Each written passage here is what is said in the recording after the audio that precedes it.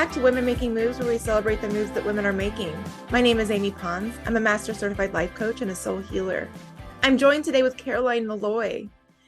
Caroline Malloy, PhD, is a Chicago-based book coach, developmental editor, and historian who helps great women write great nonfiction. Women's voices are necessary, powerful, yet still undervalued in nonfiction publishing, and Caroline wants to ensure there are more women nonfiction writers on her shelf and yours. She worked with authors of both general and academic nonfiction, whether they are just formulating their book idea or ready to pitch, or somewhere in between writing their incredible story. Caroline has spoken on coaching and nonfiction editing at several national conferences and is the author of the chapter on book coaching in the forthcoming The Art of Academic Editing, a guide for authors and editors by Flatpage in 2023. Along with coaching amazing writers, Caroline travels as a resident historian with Viking Ocean Cruises, teaches indoor cycling, and reads books on her front porch alongside her husband, Steve, and their two mutts, Boo and Emma. Caroline, welcome, friend. I'm so happy to be here with you today, Amy. I had a little rough go. Caroline and I had to have a preamble for about 10 minutes because I'm a little ragey this morning. And That's what Fridays are for. It's beautiful, and we're letting it flow in. Yes. You're feeling great today. Yeah, why not? I'm here with you. Come on. Yes, thanks for saying that. I needed that. I needed that little lovin' this morning. All right, so Caroline, your bio is amazing, and you've done so much in seemingly a short amount of time. So beyond all the great things you do as PhD historian, I did not know you worked for the cruise lines. Like, wow, cycling, like you do all the things. What moves are you excited to be making right now? I do all the things. I wish I did all the things. In terms of moves that I'm excited to be making, I am excited to be making the move into this space for women writing nonfiction. That has been a move in the last 6 months for me. You know this. And it has been a really big, passionate, exciting move because I think I spent so long as a historian thinking that the burden was on me to be the woman writing the one nonfiction thing. And the kind of seemingly obvious now, but certainly not obvious at the time, the discovery that no, it's not about me sitting down and writing the one book. It's about finding the 50 other people and writing 50 books, right? And moving into that space. And every time I have a conversation with someone and I'm like, great women write great nonfiction and need to. And people are like, yes. And it aligns so much with so many of us women today, whether you're a writer, whether you're an entrepreneur, whether you're in, whatever industry you're in, you're a CEO, you're corporate, you're a mom, there is this sense that we all have right now of damn right, we need to be in this space. And so moving into opening up that space for women who want to write about it is awesome. And I'm generally moving into that space and it's awesome. I know you will be my writing coach when I am ready to share it all. I've been sharing snippets through my posts and letting people get to know me about what I do, my business, my past. It'll come soon. And I love what you said about it's not just you bearing the weight of having to tell the story on your own. So when you shifted from historian to book coach, was it one day you're like, oh, light bulb, and you just made the shift? If only. Right. Yes, I wish that my life had been on such a clear and directive path. No, there are several meandering years in between historian and where I am today. The last year I actually taught a class was 2016. So in the intervening years, there's been a lot of meandering. There's been a lot of cruising, and there have been people who came to me with books and said, I think you should help. And I told them they were crazy. And enough of them did. And I said, I guess I can help. And I started figuring out what that looks like. And then for the last few years, I've been helping people. And then, like I said, last 6 months, I've been realizing I don't just want to help anybody. I really, really want to make a difference with this. And thankfully, you answered the call. There's this huge shift happening in the entire world right now where the divine feminine is being called back in. And I think that's why you're seeing, that's my personal opinion, that's like revelation that I've been seeing all around me. So I'll give you an example through Aaron Gallagher's Ella Fairway dinners. I used to feel a year ago, like I was legitimately in a Sims like game, or what is it? Sims. Yeah, Sim City and all that. City. I was like, I am the only one in anywhere around me that seemingly feels not okay with how life's going right now. Mm. I felt so alone. And I was like, I'm the weird one. I was doing all these things about like, it's me, it's me, it's me. It's not me. Like what I was starting to realize is that I didn't want to be in a sim. I didn't Yeah. want to be in the simulation. I wanted to be out here doing whatever I was supposed to be doing for other people, for myself. And especially through Erin's dinners recently, and you've been to them as well, I realize actually almost every woman I meet these days either has been or is going through this incredible transformation of some sort, because I feel that we're emerging from the cocoon and the conditioning is starting to shed away. I think, yeah, I mean, if it's conditioning or it's, kind of cultural experiences, we are, I think, more particularly as women, although I actually don't want to take this away because I think there are these crises for men as well. But I mean, I think we are so often in these spaces where saying I am uncomfortable, saying I am unhappy, saying I need help with something from a professional standpoint is frowned upon. I mean, we've had the experiences. I can't speak for you. I can speak for myself, but I know so many women who have had the experience of like, I'm feeling lost, I'm feeling hopeless, and I'm going to verbalize it. And you do, and you get penalized for it, right? And I think that happens in so many spheres. I had that experience over and over again in academia. And so you learn to just not say it. And you think, all right, if I have a problem, I got to solve it on my own. And you isolate and it gets worse. And you think, well, I'm either no one else has this problem, so I won't share it. Or if I share it, I will get in trouble for having the problem, even if we all have it. And I think there is this shift that's taking place. And there are women particularly stepping into the void to say, hey, no. Here's a space to share, right? Like your podcast. Here's a space to share the things that we've been conditioned. All right. Right. To It's things conditioning. I got you to say it. No, you'll get me back around to it. But the no, things that no, are we are designed to like keep inside ourselves. And so that we feel isolated and we are isolated and we stay isolated. And I think there is a shift right now. It seems to be, I want to say it's women of a particular age, but at the same time, like I just had this amazing conversation with a young woman who's 22 years old, just came out of undergrad. And she is just like blowing stuff up. We're having this conversation across, 20-year divide about exactly how to continue unlocking these spaces.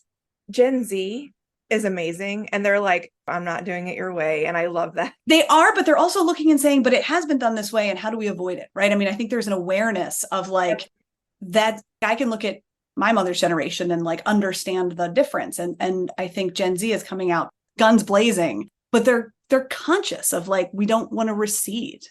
Right. Because I mean, all of us at 21, 22, we're like, we got everything. We're going to rule the world. And then we went into our jobs and we were told, you don't rule the world. And we were told, you don't have problems and you don't speak up and you don't say these things. And I think there is something going on right now with this next generation. I'm feeling so old and I don't think I'm that old.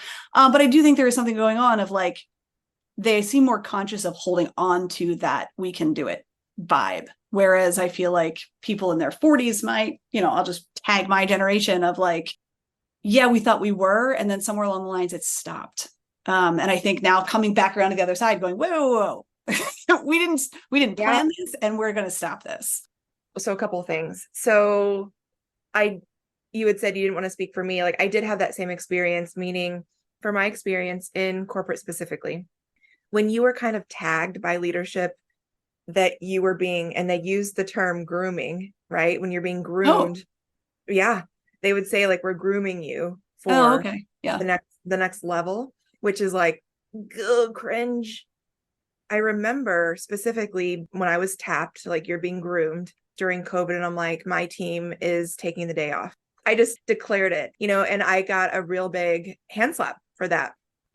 Women and men in leadership now that might be using that term, I'm grooming people for the next level, whatever.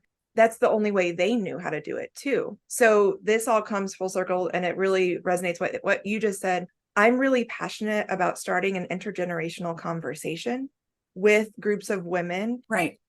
Officially right now, I'm inviting women who want to come in and have a conversation about the stuff that makes you mad about other generations, the stuff that makes you happy about other generations, compassion and empathy, not to judge when other people are sharing, and then helping each other heal through it to mark that change, because there's something we can learn from each. So I want to get a conversation going with women who are able to hold a safe space and non-judgment space from the boomer generation, from X, from millennials, from Gen Z, and any others that want to join. And it's a really intentional conversation. What I'm wanting to gain is healing within that group of women, but also the ripple effect outward, so that we can then help others to assimilate to not only a post-pandemic world that none of us have ever done anyway, but like there are really awesome nuggets of things that each generation can bring. And I know on a high level, we all know that, but I think what's gotten lost is that there's an assumption that all the generations right now on this plane don't have any common ground. And that's not true. Not at all. It is not a conveyor belt. Ooh, say more. The idea of like a conveyor belt is like you get on the conveyor belt and you're on it and you're moving forward and people just get on behind you and you can't ever catch up. I love this idea that you have of like almost like hitting stop on the conveyor belt and saying, no, let's pause here and let's all talk. Please help me gather women for this. Okay. That is my ask of you. And that's what our monthly calls for women making moves will become, is like that space that we hold. So do you have any books coming out? No, I am emphatically not a writer. When I was a historian, my least favorite thing was the writing part. I am playing with the idea of writing a book right now within the space of editing. And I am not sure my thoughts on it. It's much easier, as it is in so many aspects of life. It is much easier for me to encourage you to write a book than it is for me to sit down and write my own. A potential book that would help academic writers write books that everybody wants to read, not just other scholars, but I don't know my thoughts. In the moment, I'm happy with the other work that my other writers are doing. Will you hire a writing coach? I will bring someone on at some point. Yeah, no, definitely. Some of my own methodology will help me with some of the early onslaught. But when it comes to the big overall 30,000 foot view, the value of bringing on somebody who basically doesn't have any skin in the game is really valuable. I think as writers, people look to friends, they look to family, they look to colleagues, but in the end, like even the most like critical cousin or sister or whomever that you're like, this best friend from college, she's going to tell it to me straight, whether or not my book is good or bad. In the end is not. She might tell you it's terrible, but she's still actually not coming at it from the perspective of who do you really want to have reading the book? And so that's, I think, one of the things that coaches bring in, developmental editors can bring in, which is this sense of like, you tell me who this book is supposed to be for. I can kind of put that hat on and see how you are serving your audience. Are you bringing to them exactly what you want? And are they able to walk away with what they need? Because there's a difference between what you want as a writer and what the reader needs from you. And sometimes I think the biggest gap as a writer is that writers think like, what I want the reader to do is what they'll do. No, people very rarely do what you want them to do in any situation. Certainly not when you send them off on their own into their house with your book. They will not do what you want them to do. And we shouldn't want them to. It's not about our agenda.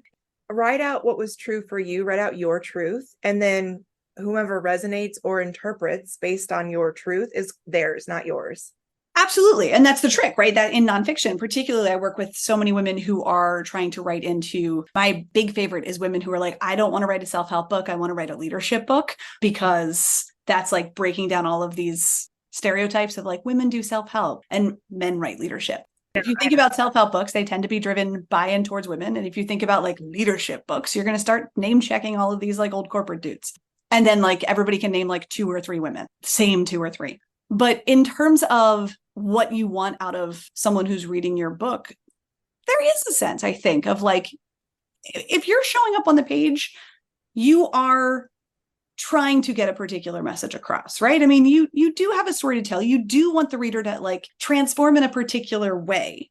And you can't really control it on the end. But part of the nuance of writing a really great book is, can you subtly get the reader where you want them to be? Right? It's not in the end an open-ended question. It is, hey, I have this super awesome authority. You are going to get this point from me no matter what. But if you come out and say that directly, people won't. So you have to finesse it. And you really have to make it seem like it was the reader's idea to be transformed in that particular way. And if they're transformed in other ways, that's better. That's great. It should resonate with them. If you have a story coming out of your experience in a corporate setting, or if you have a story from all of this like research that you've done, or all the time that you've spent doing whatever, that book only works if it resonates with other people. But you are, as the author, I think, allowed to want to get a particular message across. And it's finding the harmony between those two things that is the secret to people sitting down and reading all the way to the end of your book, and not just reading the first page and going, it's just sitting down like you're writing with intention. And Yes. if you stick with intention and truth, that's it. And who resonates will resonate, who doesn't, who, won't. When I work with writers, the very first question that we deal with before we get to anything is why, right? It's intention. Why? What is the why for you in the book? And it's not like a one-line answer. Like, this is a deep internal why. And if you got that, you've got your core value and you can work from there, right? Step 2 is figure out for whom, but like, you got to have the why first. What if someone says, when you say for whom, if I said for me? For me is perfectly good answer. That's what I would say right now. If we were writing together, I'd be like, I'm writing this for me. My aha this year has been like literally like I said, every woman that has come into my orbit has had like the same story as me. And I'm like, that's wild. Like, what the hell is happening? I know what's happening. That was rhetorical, but okay. So why are you having a writing retreat and why in Greece? So my 5-year plan to take over the world. Yes. My 5-year plan is to combine what I do as a historian still, which is to travel the world with Viking cruises and to work with my writers who I can work with from all over the world. And I've worked with writers in London and in France and in Australia. And I've worked with writers from France and Norway and Mexico. So, I mean, one of the things I love about my particular entrepreneurial life is its flexibility in terms of time zone. And so the long-term plan has been to bring those two worlds together and say, hey, this is fantastic. Why can we not, as writers, travel into spaces and commit and gift ourselves, right? And that's a word I really like to think about in terms of a lot of the writers I work with. Committing to writing your book is a gift for yourself. It's not a chore. It shouldn't be something you don't want to do. The second you tell me you no longer want to write the book, we have a conversation about, okay, you need to step away, because if you are not feeling like this is something you are doing for you, you should not be doing it. But the idea of gifting yourself space to do that somewhere fabulous, 5-year plan. I also coincidentally had a plane ticket to Athens, Greece, due to some personal situations that I had to use by the end of this year.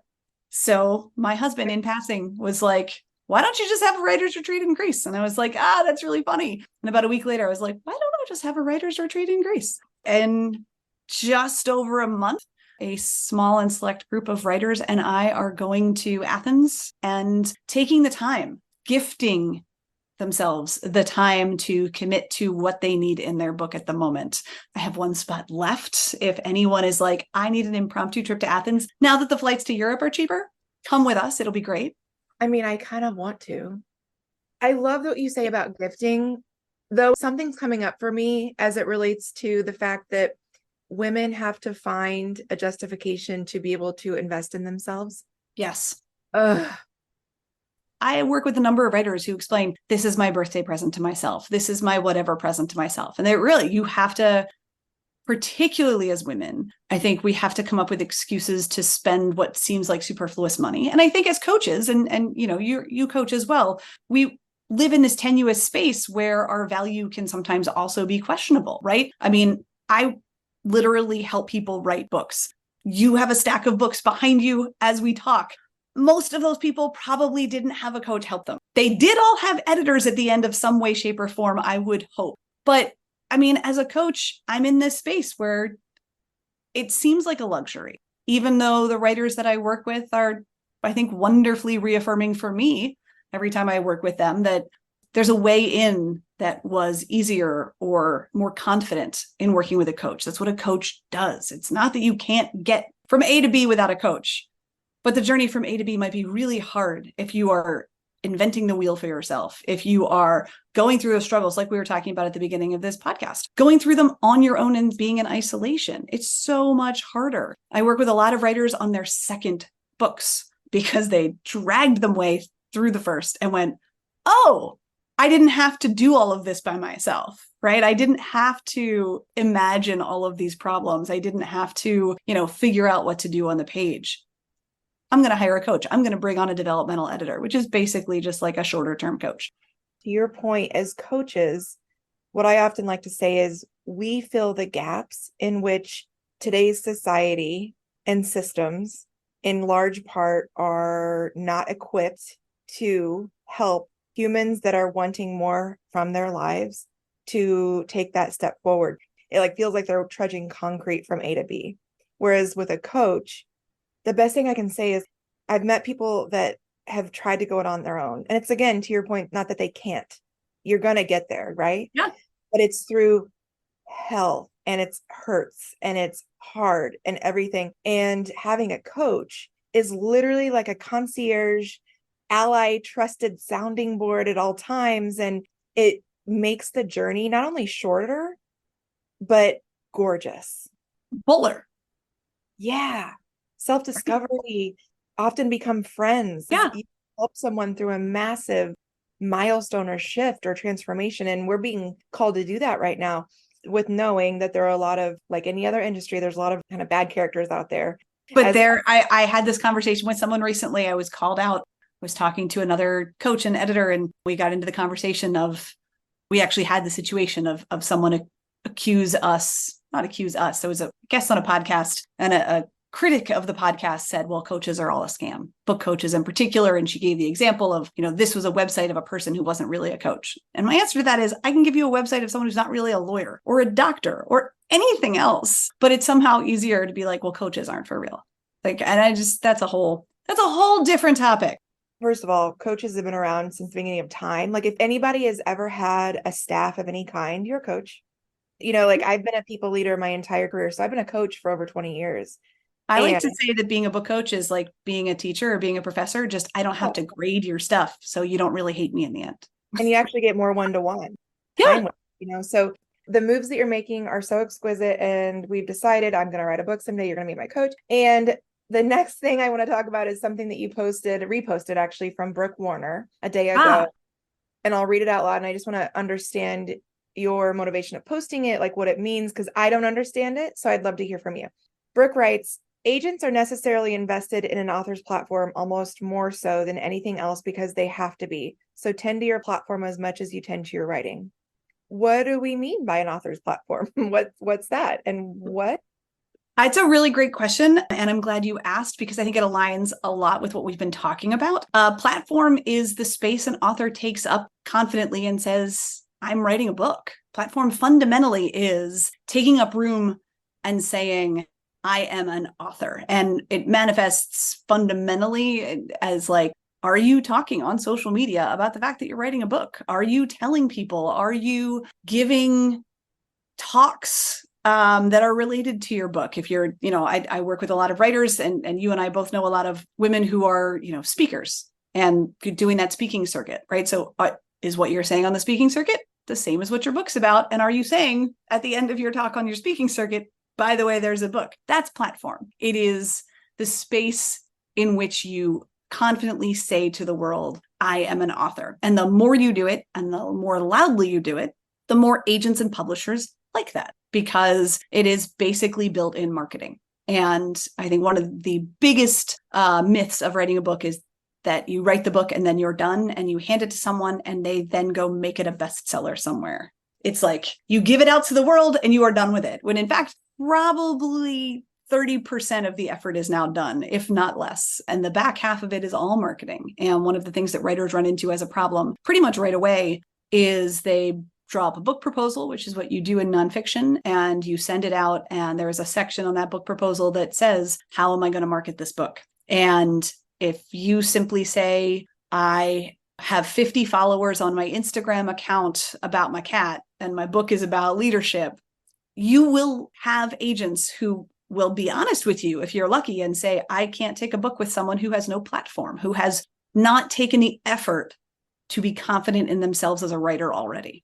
And that's a real hard lift for particularly first-time writers, but even second-time writers, to be really public and to market it as if you are a business. Your book is a business. And so Brooke is herself in the publishing agency and absolutely fabulous, and runs She Writes Press, which is a press after my own heart, aligned with this idea of more women should be writing more fabulous books. But that call out, I think, can't be said enough. And I try and align professionally with a lot of book marketers. And you need to be confident in who you are. And going back to, why do you work with a coach? Because every day I'm going to be like, hey, guess what? You're a writer. You are.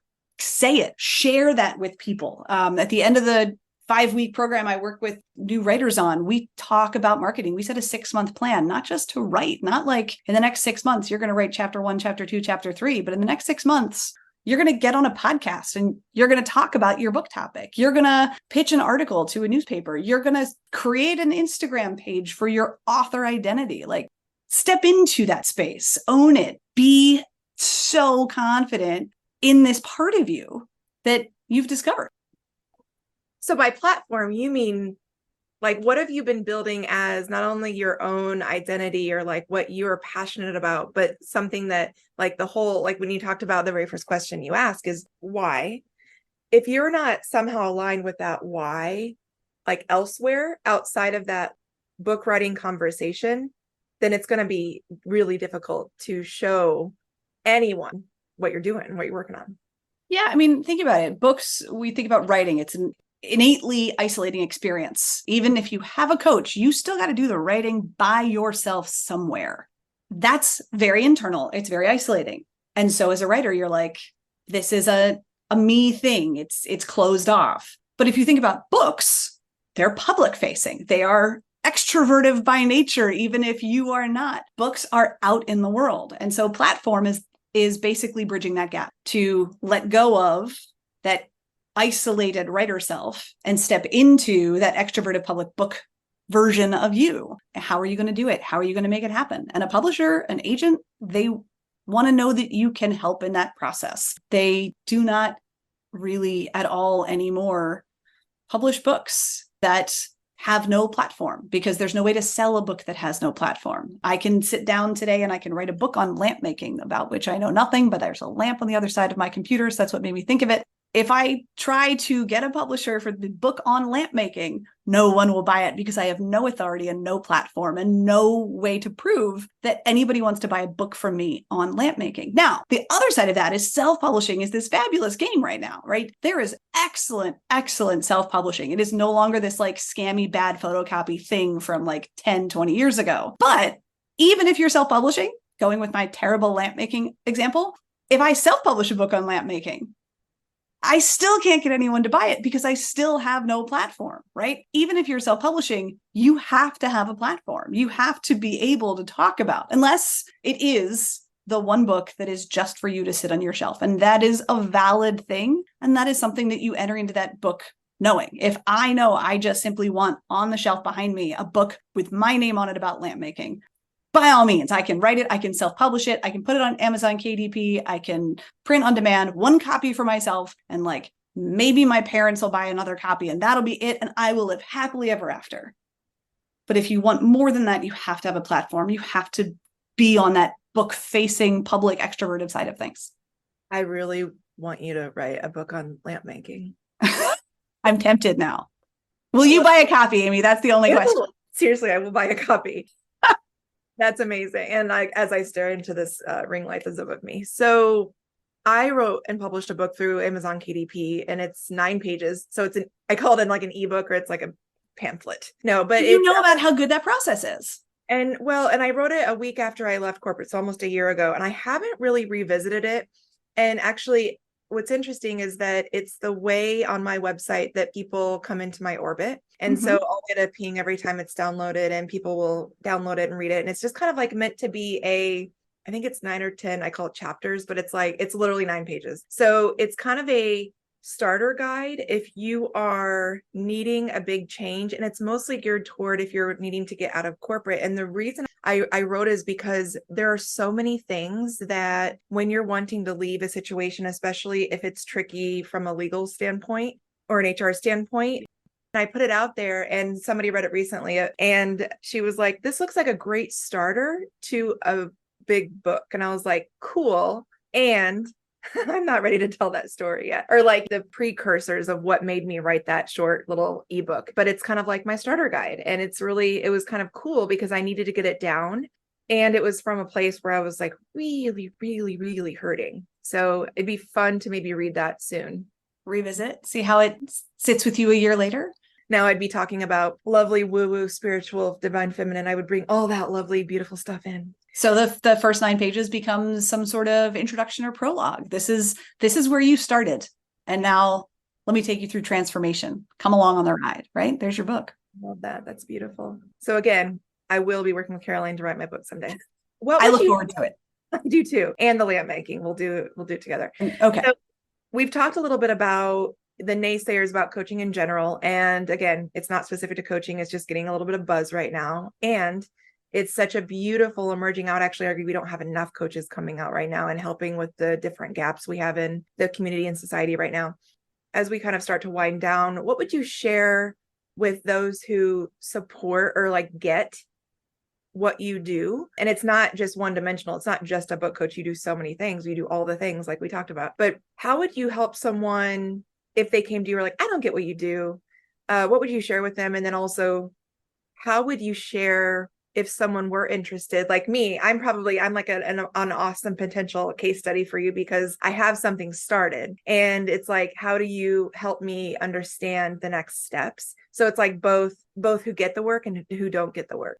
So probably the most common way that I work with writers is to get them into their book. So kind of both categories, both sides of the question that you just asked. So people who either like have this thing that's like started and drafted and like mulling around, or, what is it that you do? What does a book coach help with? The answer is the same for both, which is I can help you take the idea that you have or that you don't even realize you have, but I say this to writers all the time. By the time you're talking to me, you're already a writer, because there's a lot of people who don't want to write a book. They're never going to talk to me. They're never going to have a conversation with a book coach, ask really all that much about a book coach, because it doesn't occur to them to write a book. But if you're the kind of person who's like, I think I should write a book someday, or somebody says to you, and this happens a lot, people go to you and say, you should write a book about, and you don't blow them off. You actually think, you know what, I should. And maybe I'll write 9 pages to get it out on the page first. I'm the person that can help you take that from the idea to the actual book that you can envision. And I say that, I don't mean that in a like I'm amazing sort of way, to clarify, like that's just. But you are. Well, thank you. But like, that's just fundamentally the first thing that most writers do with me is we work together to get you from idea into a thing that you can recognize as a book. From there, you write the book, right? That's not the writing. From there, you write the book. And part of our conversation is, what do you want to happen to the book, right? It's that marketing conversation. Do you want to self-publish it? Do you want to worry about writing a book proposal later? And that's the other thing that I do that's sometimes more recognizable and easier. And it's why I actually say in my bio that I'm also a developmental editor, because people are more comfortable understanding what an editor is. Most of my work is with ideas and concept and getting you started. And then the other place that I come in is to be the editor, to look at your proposal, to help you with a proposal, to kind of do that 30,000 foot view of your story and make sure it's exactly where you want it to be before you hit upload onto KDP or before you pitch it out to your dream agents. You know what I just got an idea about in real time? You know what I want to do? I want to write a book about, I read this book recently and it was a brilliant book, brilliant writer. The whole book is about how to play the game of corporate politics. Okay. And I was like, great. I don't want to play the game. I don't want there to be corporate politics. I kind of, and it's not a knock on her at all in that book. It was great. And I would have loved it had I read it in my 20s and entering the corporate world. Now that I'm on the other side, I want to write, stop playing the game. Like, let's stop the game. And so that might be something that you can help me. Right. These are the ideas. And looking like how does that idea, and I just use that as a perfect example. You have this idea for a book, and it might be stop playing the game. And the question is, what does that look like as a book? And that's what I coach people through. The other thing I will say, because you brought it up and I have this conversation with people a lot, finding the books out there that serve the writers that you maybe want to talk to, or that are doing the thing that you want to align with, but you feel like maybe are doing it backwards. Like your example is perfect, right? I don't want to play the game, but this book is about playing the game. It doesn't take away from the value of that book. What you're doing in that moment, what you just articulated, Amy, is your niche in the market. You're saying, hey, there's this book doing this thing for a particular kind of reader. And so there's a space for this new next thing. And I have a lot of conversations with writers who have a writer that I've been working with who's going to write this amazing book. And she was like, here's what's wrong with Brene. Here's what's wrong with this one and that one. And she kind of went down the list. It was like, no, it's not what's wrong, right? It's not what's wrong with how to play the game. If you're saying there's a gap, if you're saying there should be the how to not play the game book, then you've identified your niche in the market. You've just landed on people need a book and it's missing because you've been able to say, hey, here's the great book that doesn't do what I wish it did. it's such a powerful way of looking at the market in front of you from a writing perspective, to say all of these great books are out there, and if they don't serve me in a particular way, well, then I've just identified who my book will serve. Yay. Did we just plan my book? Well, it's a little piece of it, but yeah. I mean, one of the important things is yes, you can write for you, but fundamentally most people don't. No, but so, and also I would say, like, in the book that I read, it's an and. Like, my book would be an and to that. It's complementary. And it's back to like this beautiful story that like not one person's perspective is going to fit every other person's perspective. So it's almost like I want every page that I read of that book, I wanted to like write an answer to, or like I wanted to write an opposing view of, or another perspective of, rather. She's not doing or saying anything wrong. It's that I have recognized that she's absolutely got a huge market, and like people that she's talking to, the people that want to be in corporate and stay the corporate and like play the game as it is right now. I want to talk to people that are wishing to do things differently and to get rid of this notion that there is a game and there's something that's like chess that you have to go to work every day and like play mental gymnastics just to get through your day. What is that doing? Anyway, so I'm just going to say, in the publishing world, that's called comp titles. So when you write a book proposal, you have to come up with these things called comp titles or comparative titles. One of the hardest things to do. I like need to bring you on as a comp title expert, because your description of like on every page I wanted to say and is absolutely brilliant advice for any writer who is looking for comp titles for their book. It is not about what you're doing better. It is about how does your book engage in a conversation with. And so thank you. I may steal that because it was like the most insightful way to explain what a comp title should do. And there you go. You're a natural. Maybe you should be a book coach. Add it to my repertoire. Or at least a comp title coach, because those are... So far, I'm a life coach. I'm an email marketing coach. I'm a spiritual coach. I'm going to be all the things. The other thing that triggered in my head when we talked about why women aren't writing their books yet is NDAs. There's two things I heard you say too, is like leadership books. Women who are leaving the corporate world, and unfortunately, we're now at the time where there are 0 Black women CEOs in the S&P 500. Yikes. Right? Those women have probably a lot to say, and they're bound by an NDA. I'm sure you've run across this. What does that conversation look like? And do you start writing it while their NDA runs out? So I have spoken to women who have that problem. I have not worked with any as writers. I think there is a lot more tied up in that from the book that you want to write perspective. I am sure that there are women who are perhaps journaling or drafting on their own, but I would think professionally, if you are held by an NDA, one of the things that you're going to run into as you are writing a book, if you were to say, try and professionally draft what that book is going to look like, you are still in the middle of the process if you are still bound by an NDA. That will impact how you write the book, and that probably isn't going to help how you write the book. The NDA, once it's behind you, now you are through that phase, and now you can engage, right? And I simply think the idea of being beholden to that NDA can limit and impact how you write in a way that maybe isn't going to be the end result, as much as maybe in that moment you want the burn it all down book. I think there's a reason we don't get a lot of burn it all down books, and I don't think it's because people are being muzzled. I think in the end, the burn it all down book is for you. It doesn't serve anyone else. And great leadership books, as a particular example, serve outwards somehow, right? You should be a leader if you're going to write a leadership book. And I think that NDA can really, you're still sitting in might be stewing in a lot of anger and a lot of other situations. The anger and hurt, you brought up a great point. If you're in the middle of the NDA, you're feeling all types of things. There's something to be said to get a little bit of distance. I can say that personally from being a year out. That's why I'm interested in going back and reading my little precious ebook. A book needs a narrative arc, even if it's a leadership book. And if your narrative arc runs smack into an NDA because you're sitting in the middle of it, then you can't finish. You don't have the end of the arc. So your overall advice, and of course, not all encompassing and broad brush stroke, but overall, it's like, wait out your NDA, then start writing.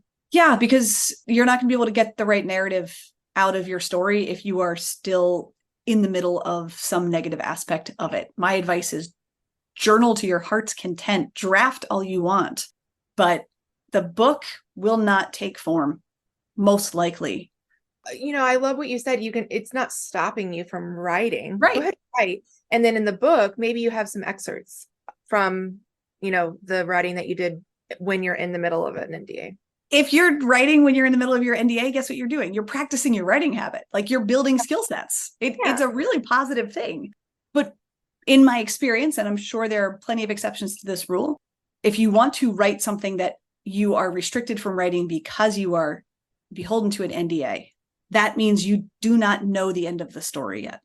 I'm not saying you need to know what happens on the last page of your book, but if you don't have a sense of what that arc is, it's not going to be as good of a book as it could be. So wait until you can give it a narrative arc. It's the same advice. I work sometimes with women who write memoirs. A big tell for me that someone is not ready to write their book, and this is, I think, just an easier example, but it applies to leadership and corporate publishing.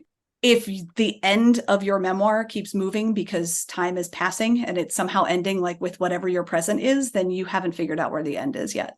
And I think that NDA is the same idea. If what you want to write about is covered by the NDA, it is too damn close to your present. You can't see the ending yet. And we know on average that any sort of burnout or any sort of type of workplace trauma can take up to 18 months or longer to heal. So I was going to say only 18 months. Right. I'm like a year in, and I just literally started to unearth my corporate wound. So away we go. 10 years out from my PhD this year, and I am just beginning to recover from it. Oh, Caroline. Yeah.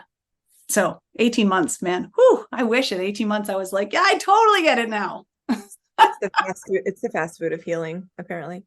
Caroline, where do we find you? I am, as are you, I am on LinkedIn all the time. That is probably the best place to find me, chat with me, talk to me, learn things, all the good stuff. I also have a website, therightmalloy.com. It's WRITE.